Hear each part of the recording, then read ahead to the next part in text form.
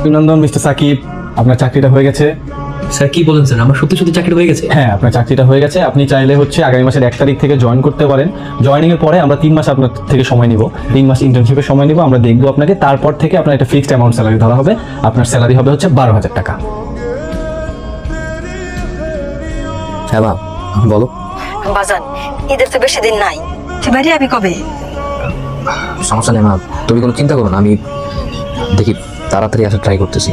জানিস বাজান, আমি না একটা স্বপ্ন দেখছি, তোর ভালো একটা চাকরি হয়েছে, আর সেই চাকরির প্রথম মাসে টাকা দিয়া তুই আমার লিগে কত কিছু কিনে আনছস যে তোর একটা চাকরি হইব। তোমার স্বপ্ন পূর্ণ হয়েছে মা, ওর চাকরি হয়ে গেছে। কি, তোর চাকরি হয়ে গেছে? আলহামদুলিল্লাহ।